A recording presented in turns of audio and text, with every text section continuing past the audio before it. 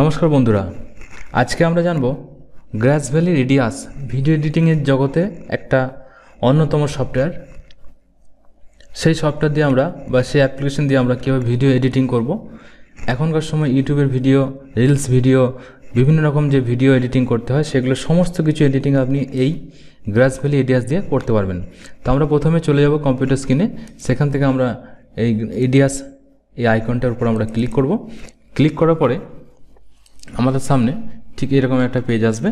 এই পেজটার উপরে দেখুন এই একটা উইন্ডোজ খুলে যাবে। তো এখানে প্রথমবার যখন আমি কোনো প্রজেক্ট তৈরি করতে যাবো বা কোনো কাজ করতে যাব, সেই ক্ষেত্রে আমাকে নিউ প্রজেক্ট করতে হবে। আর কোনো কাজ যদি কিছুটা হয়ে থাকে এবং সেকেন্ড টাইম সেই কাজটাকে এডিট করার প্রয়োজন হয়, সেক্ষেত্রে ওপেন প্রজেক্ট করে আমি কাজটা শুরু করব। তো ফার্স্ট টাইম আমরা শুরু করছি নিউ প্রজেক্ট দিয়ে। ধরুন আপনার কাছে কোনো রকম কাজ রেডি করা নেই। তো নিউ প্রজেক্টে ক্লিক করার পরে আপনাদের সামনে প্রজেক্ট সেটিং আসবে। এখানে প্রজেক্ট ফাইল, প্রজেক্ট নেম, আপনি যে প্রজেক্টটা তৈরি করতে যাচ্ছেন বা যে কাজটা এডিট করতে যাচ্ছেন সেটার একটা নাম দেবেন। ধরুন একটা কোনো কাজ করতে যাচ্ছেন যে এডিটিং 1, এই নামটা দিলেন। এরপরে এই ফোল্ডারটা কোথায় রাখবেন সেই রাখার জায়গাটা আপনাকে রেডি করতে হবে।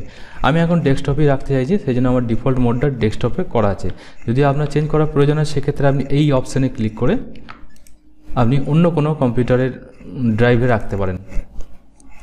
এর পরবর্তী অপশান হচ্ছে ইউজার প্রিসেট বা টেমপ্লেটস। এখানে হচ্ছে video size, resolution, audio, video বিভিন্ন রকম যে সেটিং থাকে সেগুলোর মধ্যে এখানে অপশান আছে। এইচডি, ফুল এইচডি, এই অপশানগুলো আছে। এই অপশানগুলোতে আপনি সিলেক্ট করতে পারেন।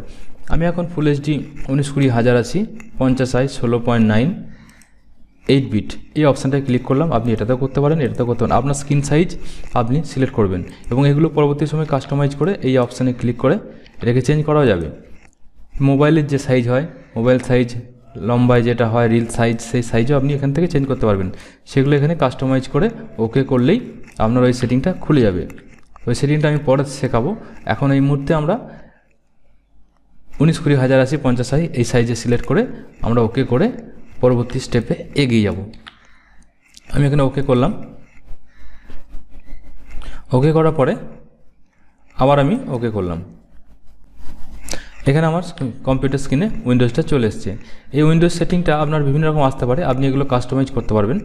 আমি এখানে যেমন আমার এইটাকে বলে টাইম লাইন, এই টাইম লাইনটাকে আমি টেনে বড় করা, এই মনিটরটাকে এদিকে সরানো নাড়ানো, আপনার যেদিকে সুবিধা হবে আপনি সেদিকে সরাতে পারবেন। এখানে ফাইল মেনু আছে, file, edit, view, clip, marks এই অপশান আছে। এগুলো প্রত্যেকটার কাজ আছে।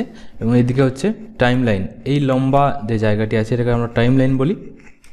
এটা একটা অপশান আছে। এখানে হচ্ছে ইনফরমেশান, এই আইকনটার কাজ আছে। এবং এদিকে হচ্ছে বিন, ইফেক্ট, আর এখানে হচ্ছে রুট, এগুলোর আমাদের কাজ আছে। তো এখন আমরা দেখব এই যে সিকোয়েন্স, এই সিকোয়েন্স 1, এই সিকোয়েন্স 1টা আমাদের এই টাইম লাইনে চলে এসছে অটোমেটিক। এই সিকোয়েন্স 1টাকে আমরা দেখে নেব ডিটেলসে। এখানে দেখুন লেখা আছে ভি আর এ। ভি মানে হচ্ছে ভিডিও, এ মানে হচ্ছে অডিও। এটার মধ্যে ভিডিও নামবে, এটার মধ্যে অডিও নামবে। তাহলে একসঙ্গে এই টাইম লাইনটাতে ভিডিও এবং অডিও দুটোই নামবে। এই টাইম লাইনটা শুধুমাত্র সেই অপশানটা ডিফল্ট অবস্থায় রেডি করা আছে। এবং পরবর্তী নিচের দিকে দেখুন এখানে লেখা আছে 1T।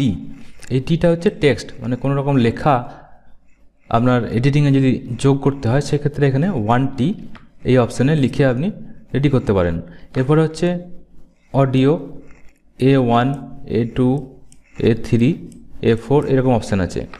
এবং এগুলো চ্যানেলের বিভিন্ন রকম অডিও চ্যানেলের যে রকম ভাগ হয় সেগুলো সব নাম্বার দেওয়া আছে। আর এই জায়গায় হচ্ছে স্ন্যাপ টু ইভেন্ট, এখানে একটা অপশান দেওয়া আছে গ্রুপ, এবং এগুলো একটা রিপেল, এবং এই একটা অপশান দেওয়া আছে ইনসার্ট টগল। এগুলো আমরা পরবর্তী সময় কাজের সময় আমরা জেনে নেব। আর হচ্ছে এখানে আছে আপনার save mode, insert mode, save mode, open mode, অনেক কিছু অপশান আছে।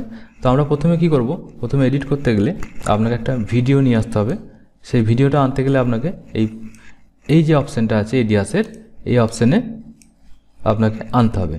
এবং সেটা হচ্ছে বিন। এই বিনের মধ্যে আপনাকে সমস্ত কিছু ইম্পোর্ট করতে হবে, অডিও, ভিডিও, ইমেজ সমস্ত কিছু এর মধ্যে ইম্পোর্ট করতে হবে। ইম্পোর্ট করতে গেলে আপনার এই সাইডে একটা অপশান হয় এবং এই সাইডে একটা অপশান হয়। এই দুটো অপশানের মধ্যে আপনাকে কাজ করতে হবে।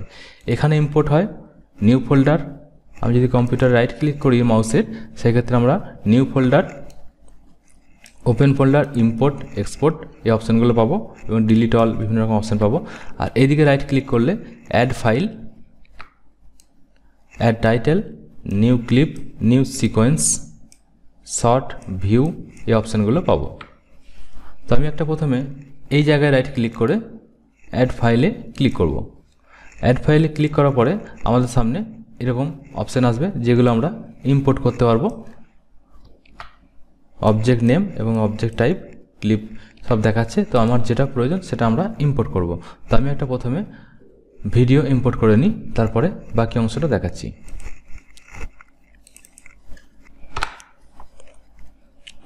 তো আমি এখানে ডবল ক্লিক করে একটা কম্পিউটার ড্রাইভ থেকে আমি একটা ফুটেজ ইম্পোর্ট করে নিলাম।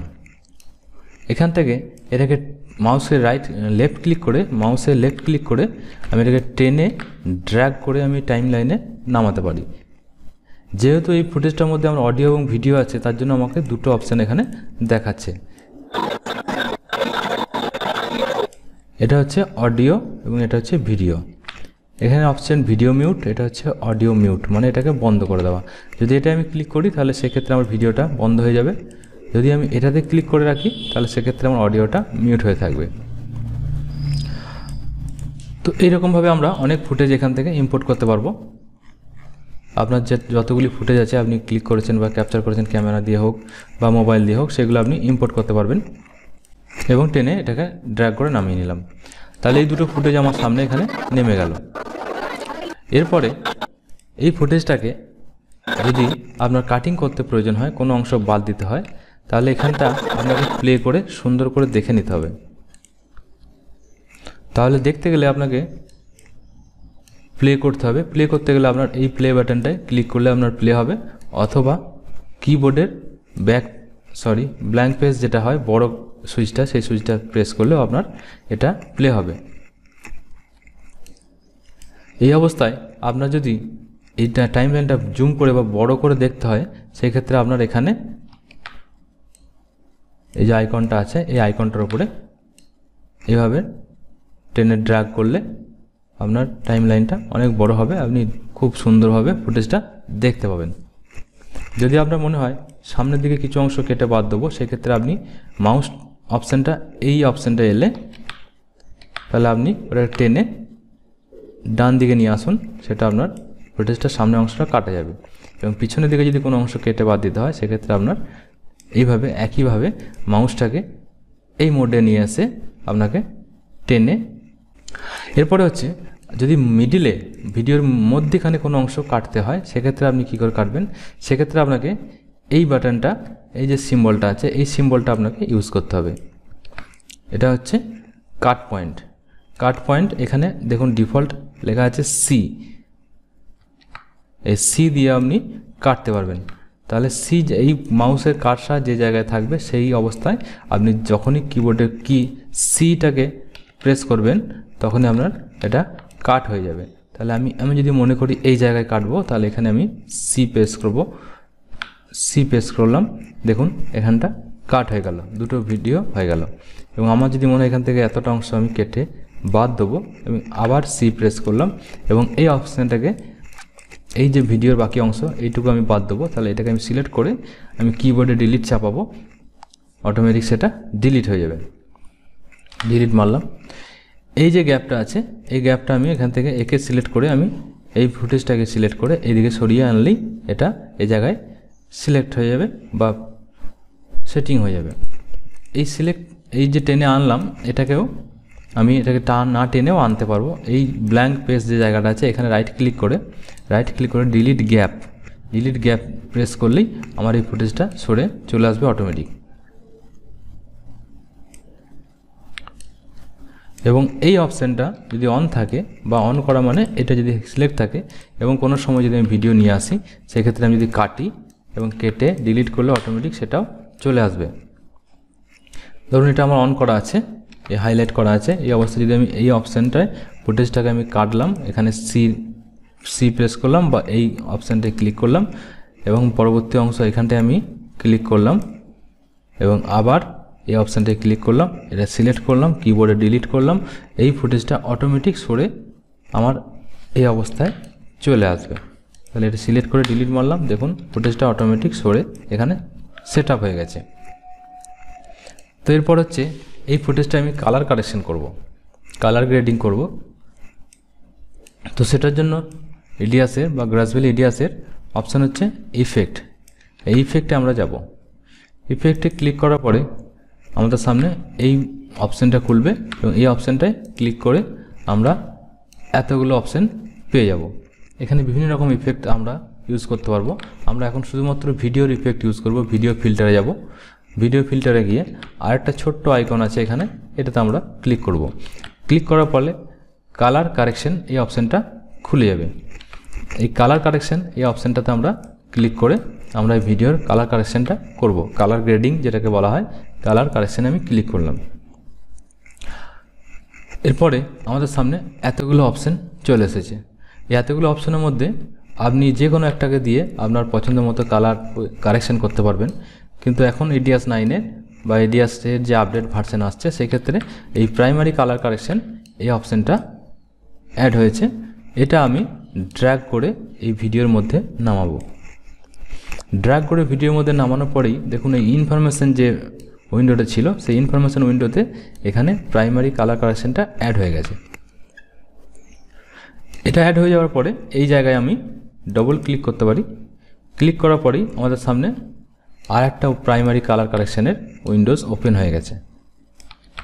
এটা ওপেন হয়ে যাওয়ার পরেই দেখুন এখানে কত কি অপশান চলে এসেছে। আমি এই সোর্স, লার্জ, বেস এবং এক্সপোজ এইগুলো দিয়েও আপনি ম্যানুয়ালি কালার কারেকশন করতে পারবেন। যদি আপনার কাছে কোনো লার্জ থাকে বা যেগুলো নেট থেকে পাওয়া যায়, সেই লার্জ যদি এখানে লোড করে নেন তাহলে সেটা অটোমেটিক আপনি যেটা সিলেক্ট করবেন সেই কালারে ফুটেজটা রেডি হয়ে যাবে। দেখুন আমি চেঞ্জ করছি, অটোমেটিক এদিকে দেখুন কালার চেঞ্জ হচ্ছে।